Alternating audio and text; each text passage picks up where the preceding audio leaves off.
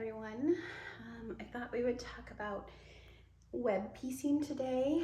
It's kind of chain piecing on steroids, and just in general piecing your rows. So I'm down here at the bottom. I have a boon block all laid out. I have all his parts that are pieced, sewn up, whether you traditionally piece or FPP piece those. If you're making the ghost party pattern, I have the stars already. Those are all FPP in this circumstance, but you could also applique those. If you are just watching this video to see how to web piece or how to chain piece or how to just sew a row together, then that is fine too.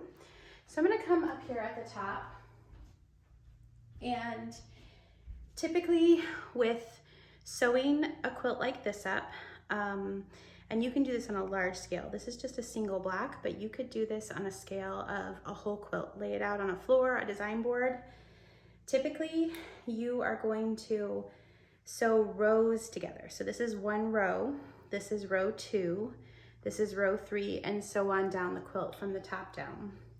So what I would do to sew this row together is I would sew with right sides together these first 2 squares here, and then I would be able to open that back up and then sew my next square right sides together here, open that back up, and continue down my row, sewing each square to the one in front of it. So you would have rows. So you can do that and separately have this row sewn up, label it row 1 or keep it in its location.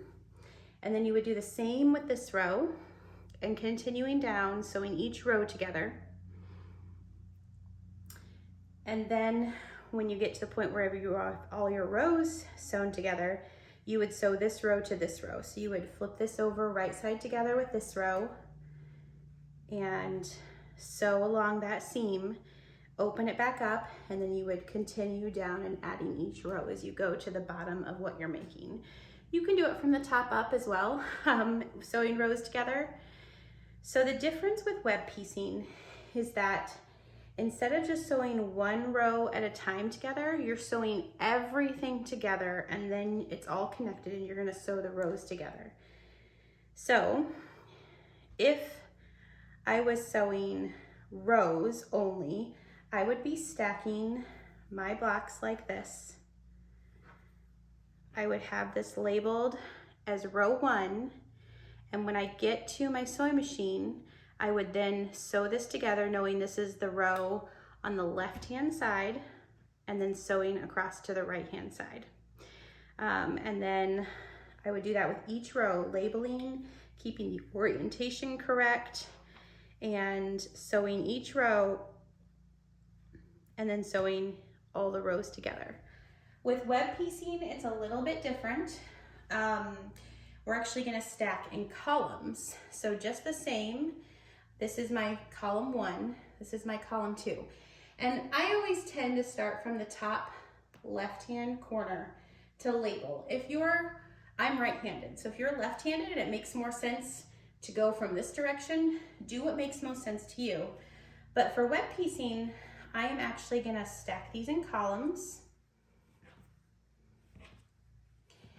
Always stacking from top to bottom, because if for some reason you stacked it from bottom to top and forgot that, and then you sewed it together top to bottom, it would be like reverse of what it shows, and it wouldn't actually work out. The only way you can do that and have really no problems is if you are sewing just a plain patchwork pattern that has no pattern to the actual patchwork. It's just random squares.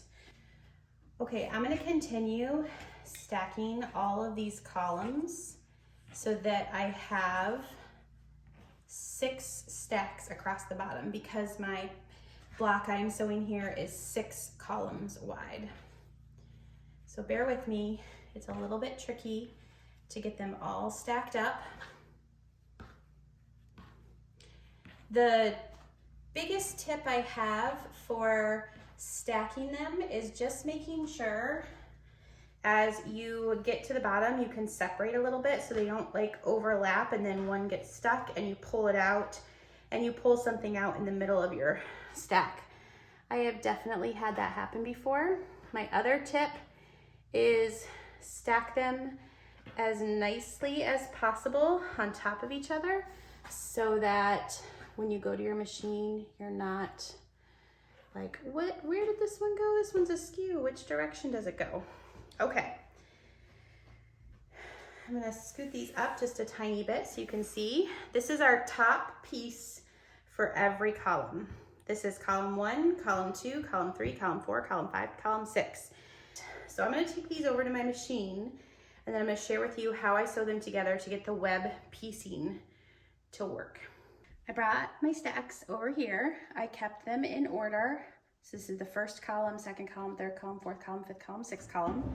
I would recommend, if you are not used to moving stacks around, definitely label them so you don't get them mixed up.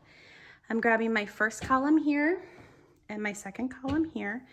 I kind of like to have them off. You could put one down here. I just kind of have them off to the side and then make sure that I have enough room.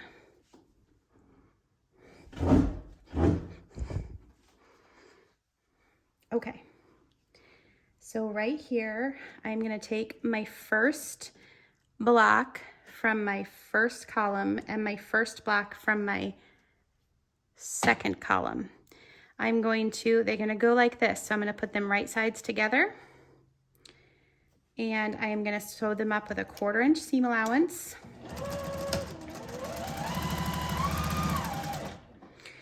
When I get to the end of my square, I'm gonna stop. I'm gonna grab my second block from my first column and my second block from my second column. They go like this. I'm gonna put them right sides together and I'm gonna feed that under.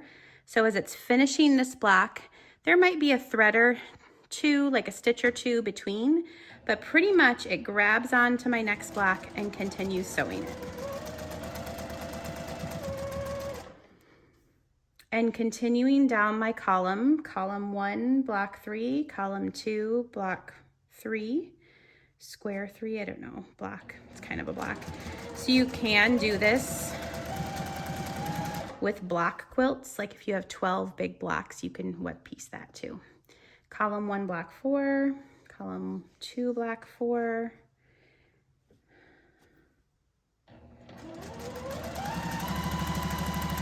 So if you've ever chain pieced, this is exactly what chain piecing is. Chain piecing, you're usually making the blocks, not actually sewing blocks together. So like say you're making HSTs, you would be feeding your HSTs in one right after the other, and you would be not cutting the thread after a block and just continue with the next one.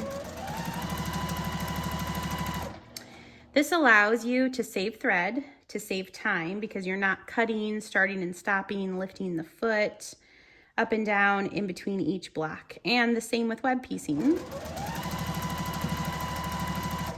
If you were sewing this as a row together, you would be like stopping, cutting your thread after each block and then grabbing your next block from your row and sewing it on, which is completely fine too. It just takes a little bit more time. I grew up, my mom was a seamstress when I was younger, and so I grew up doing a back stitch at the beginning and end of my lines like this, or like when I'm sewing a whole quilt top together. Since this is becoming a whole quilt block, oops, I forgot to cut. I have a cutter on my pedal down here, and I have a cutter button up here. So this is kind of like chain piecing, basically the same thing. You have got this long line of blocks together. Now the trick with this is you're not going to cut them apart. With chain piecing, you would cut apart your individual blocks. If this was a row, like I said, you would have sewn these two together because this is from the top row, but then you would have grabbed the next top row piece and sewn it to here and continued across the row. But we're sewing them together in rows, but also kind of in columns. So as you go down, each row is starting to be connected, but it's also connected to the row above it.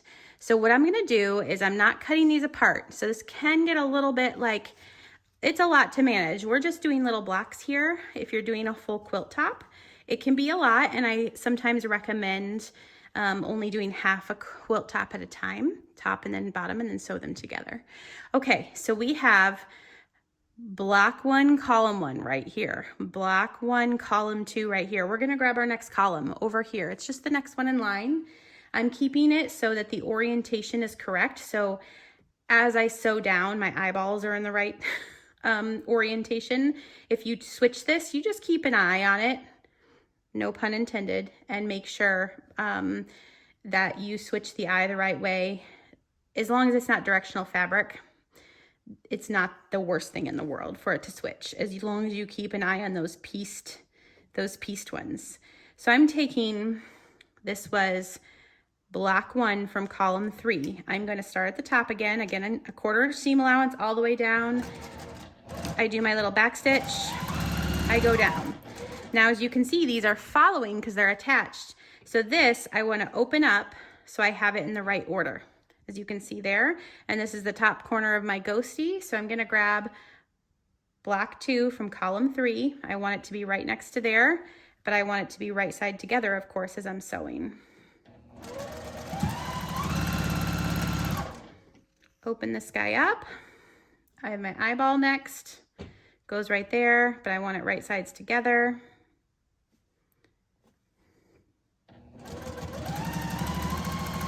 And continuing till I finish out this column 3, and then we're gonna grab column 4. I have to say, I am typically not a trimmer. I definitely trim HSTs, but like this eyeball or some of the points or HSTs on this, I don't often trim because I'm lazy. And I trimmed them all up to our square size on this quilt, and it does make a difference. It is lovely to have those be exactly the right size. So I highly recommend trimming. Don't do what I do, do what I tell you to do. So we are getting close. We are down to 2 blocks in this column 3 left. And it's just always good. This is one of the points I was talking about. If this got, the orientation of this got switched, you just kind of want to think or have your little diagram near you and be like, does this look good? No, I don't. I think if this is like this, it has to have one over here. So it must switch back like that. So just keeping an eye on those pieced squares and making sure the orientation of them is what it says in the pattern, so you don't sew together a whole top like this or a whole block like this and end up not very happy about it. I do my back stitch there because I like to. You don't have to. I don't think it's typical to do back stitch in quilting. I just always recommend have your stitch length be about 2 to 2.2, and then hopefully your stitches won't pull apart. So as you can see, I'm kind of opening it up. Now we are 3 wide. We have all of our rows sewn together, and they're connected still. They're connected there, and they're connected there on both seams. Now we're gonna grab our next, and I'm just gonna kind of shift these guys over here.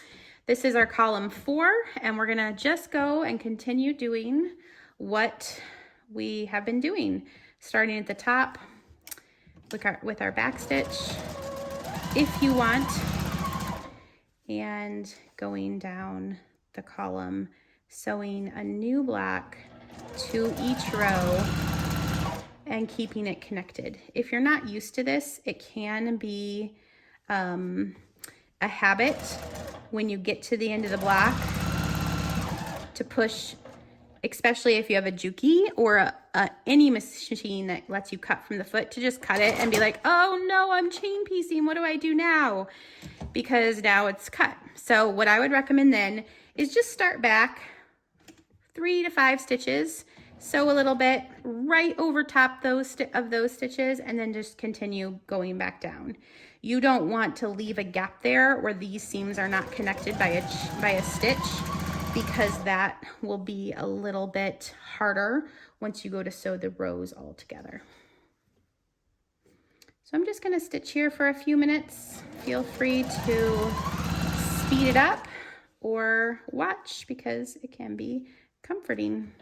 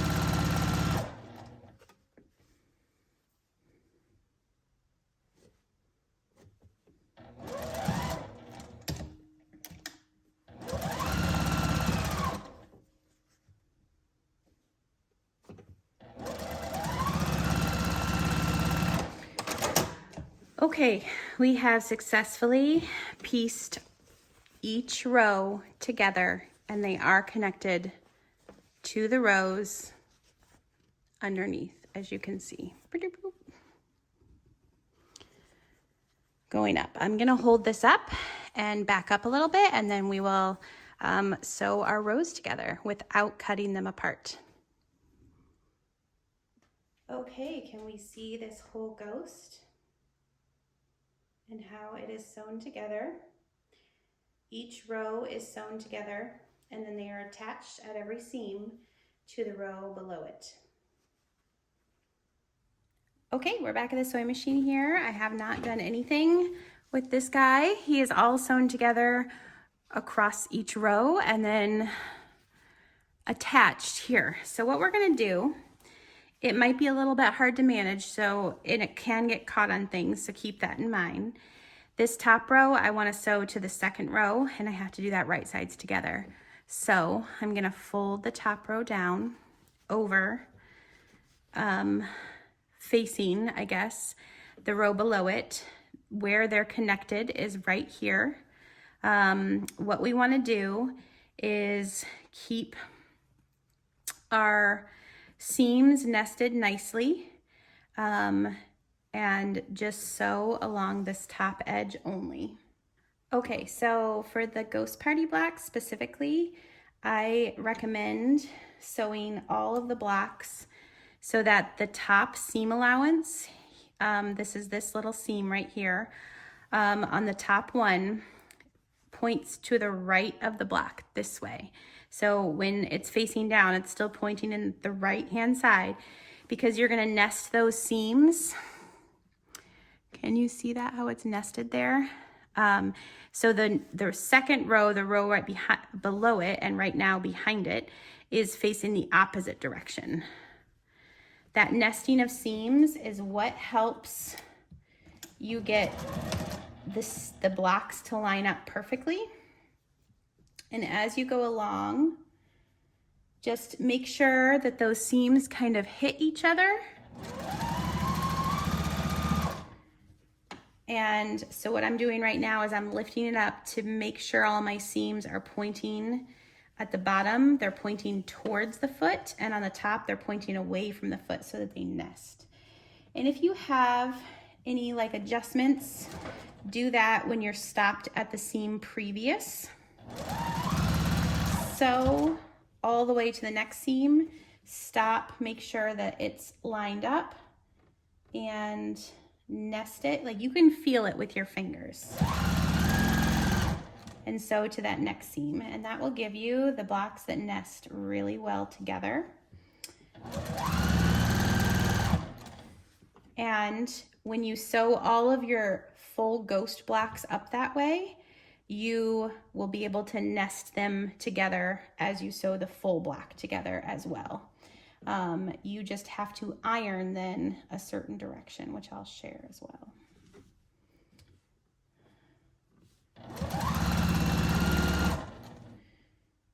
And we're getting to the end. I do my back stitch there. It's just habit. You don't have to do that if you're not used to it. Oh, I hope I didn't bump my camera too much. I'm trying to be careful. So when I open it up, we have 2 rows sewn together. We didn't have to clip any threads. We saved thread. Yeah, it was fun. So next I have top 2 rows sewn together, and I need to sew that to my 3rd row down. So I'm gonna fold this forward again to align those 2 edges. The top edge of row 3 and the bottom edge of row 2 should be aligned. And then you can see that my seams, it's gonna be the opposite this time, because the seam on row 2 is going in the opposite direction. So this seam behind needs to go in the opposite direction of the seam on top. Does that make sense? And nesting those seams, you can kind of feel the push and give with your finger. And sew across that row. So you can sew row 2 to row 3. Just make sure I'm kind of pulling the rest of the ghost out to the side so that we don't have anything get caught. And I'm making sure that this first seam nests. And then I stop there and I go and I nest the next seam.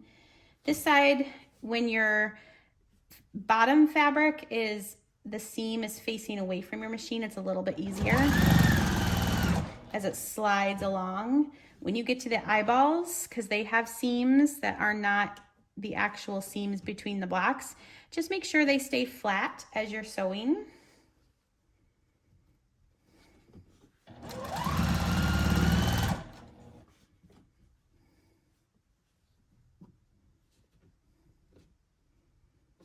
And most fabric has a little bit of give, so you're going to be able to maneuver those nested seams so that they line up well. Again, now we have 3 rows sewed together. The rest of our rows are still just hanging out there. So we have to sew the bottom of row 3 to the top of row 4. So we're going to fold it down and over again. And then again, our seam direction has flipped. So now we're going the same way we did the first seam and just making sure that those are all nested nicely. I'm trying to get a good picture of how that nests. It's tricky. The only way this won't work as well is if you press your seams open. Now, there's definitely a time and place to press your seams open, and I know some people do it all the time, and that's, if you are comfortable with that, I am happy for you to do that. In that case, I have had people tell me they will still chain piece everything up until the point of sewing these rows together, which is what we're doing now. They will then just clip their rows apart and iron their seams open or open them up as they're sewing. I think you could open those seams up without clipping, because your thread is inevitably in the middle, and you could just kind of open and open and sew that way. And yeah, I don't think you'd have to clip it apart, but it might be easier, or you definitely pin more with having seams pressed open. I like them pressed open when there is a lot of bulk in something, and if it helps align something well. But in a case where I'm just sewing a lot of blocks together, then nesting helps me with alignment in this situation.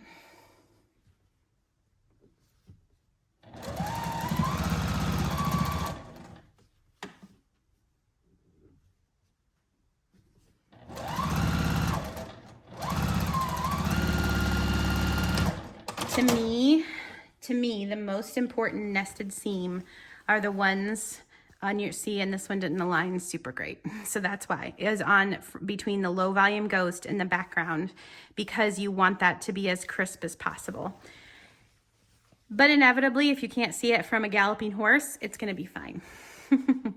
So we have 4 rows sewn together, and we have 4 more left to go down here. So this is about the time that I would flip the quilt the opposite way. Don't be scared. So I'm gonna fold it down over, as you can see that folded very nicely, and then I'm gonna actually flip it upside down so that all of the ones that are sewn together, rows that are sewn fully together, are laying facing up, and all the rows that are still just chain pieced together are facing down, so that I can have a little bit more control over these crazy little rows here. So it's the same concept though. We have the ones we're sewing together now. You just want to make sure as you're sewing that you're looking back to see which direction the seam is going. And this one, you can see nicely that it's going this way. So we're going to make sure that back seam here, back seam allowance is going that way, and then the front seam allowance is going the opposite way. So we're doing the exact same thing. There is no difference. We're just having a little bit easier time wrangling this block. That becomes much more necessary when you're sewing a lot together, a full quilt, half a quilt, because there's a lot. They're much longer, and I find that it's easier to flip it like that when I'm wrangling a really big block or a quilt or half a quilt. In this instance, probably not super necessary. Sometimes these gaps, especially with larger blocks, if I was sewing together 12-inch blocks, you'd have a much larger gap between seams, and that can catch on the angle or corner of something, and flipping it over leaves nothing for these to really catch on. You can also sew from the bottom up. So if you piece this all so that all your rows are sewn together and they're connected, but the rows themselves are not sewn to each other, you can sew the rows together from the bottom up. You can also web piece entirely from the bottom up. Okay, so I'm gonna leave the bottom laying there, but you can see it's connected now. So I'm going to lift this up and then refold back at the next seam. If you are going to, and checking my seam allowance, which direction it's going, so I'm making sure it's laying flat when I iron it. If I put the seam allowance going here, you'd see I'd get a little twist in there. We don't want that. If I'm web piecing a full quilt bottom up instead of what I did, which was top down, you would want to stack it differently too. You would want to stack your columns with your bottom fabric and then going up the column instead of stacking going down the column, if that makes sense. But then you just have to be mindful of those things. Sometimes it takes a trial or two to figure it out if your brain doesn't work that way.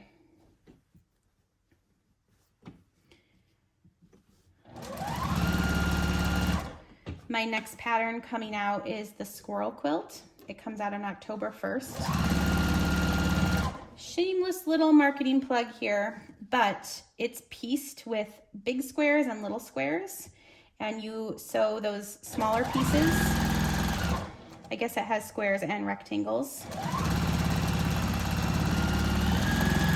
So you sew all the smaller pieces into squares of the bigger size so that you can web piece the whole top together at the end if you want. Okay, we have 2 rows left to sew. Can we see that here? And we're gonna do this one and then that one.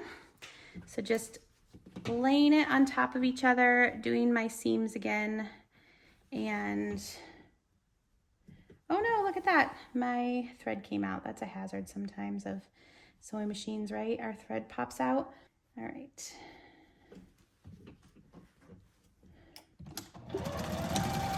Here we go, down one of our last 2 rows. Sometimes you might find that one square is a little bit bigger than another square, and it just takes a little bit of shimmying that nested seam to get it to cooperate.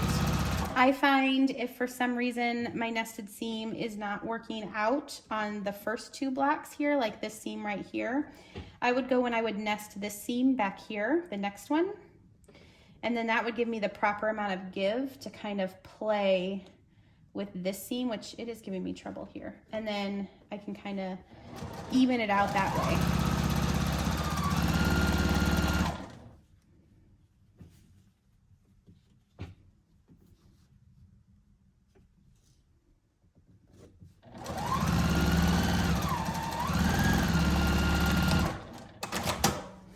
All right, we're on to our last seam, row to row, folding it down and over, checking my seam, which direction they go, and getting this stitched up. We are so close to being done.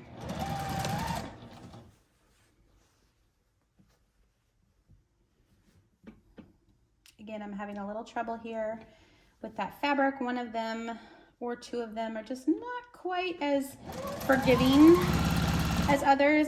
Sometimes fabric has a lot of give, and especially when it's next to like the pieced stars, because there's fabric on the bias then, but then other fabrics that don't have a lot of give if you're trying to kind of shimmy 2 together.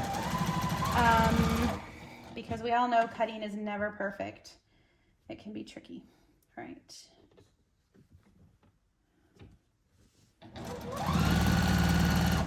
I was checking my point under there to see what my seam allowance was doing. I happened to iron that or sew it open. So we're just gonna leave the second seam open as well, so that underneath there.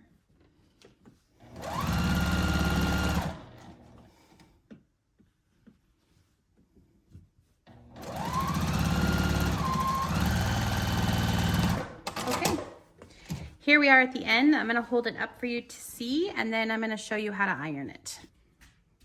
All right, you can see it is all sewn together. Okay, I was trying to see if I could get my angle so you could see my face. I just can't make it happen with being able to see the ghost as well. This is the ghost we just sewed up. This is my first boon. So they're the exact same ghost, and they will not be next to each other or on top of each other, but every ghost black is the same black. So I am doing this little excerpt of the web piecing for just the ghost party because I want to share. If I turn this over, this is my ironed one, this is my not ironed one. You can see my seam allowances go in, they're directional for each row, and they go the same direction on the top row, which means they go the same direction on every row coming down. And that means they end at the bottom because we have an even amount. They end going the opposite direction as the top. So if I bring my first boon block up here, have my seam allowance there, you can see that once I iron this guy, they will nest. So as I'm sewing blocks together. So that's important to remember for the sew along for the ghost party quilt. Any quilt really that has kind of blocks like this. I don't know if my iron is heated up.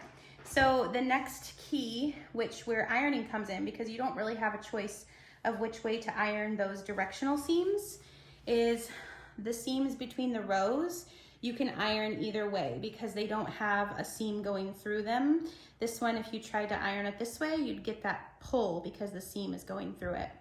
So for blocks next to each other, which again, a boon block will never be next to a boon block unless you make only boons. You want to just keep in mind as you're ironing which direction these seams go.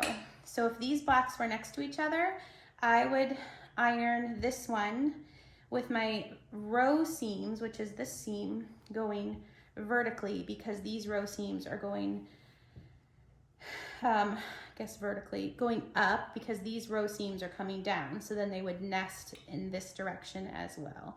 And that'll make your blocks nest fully together.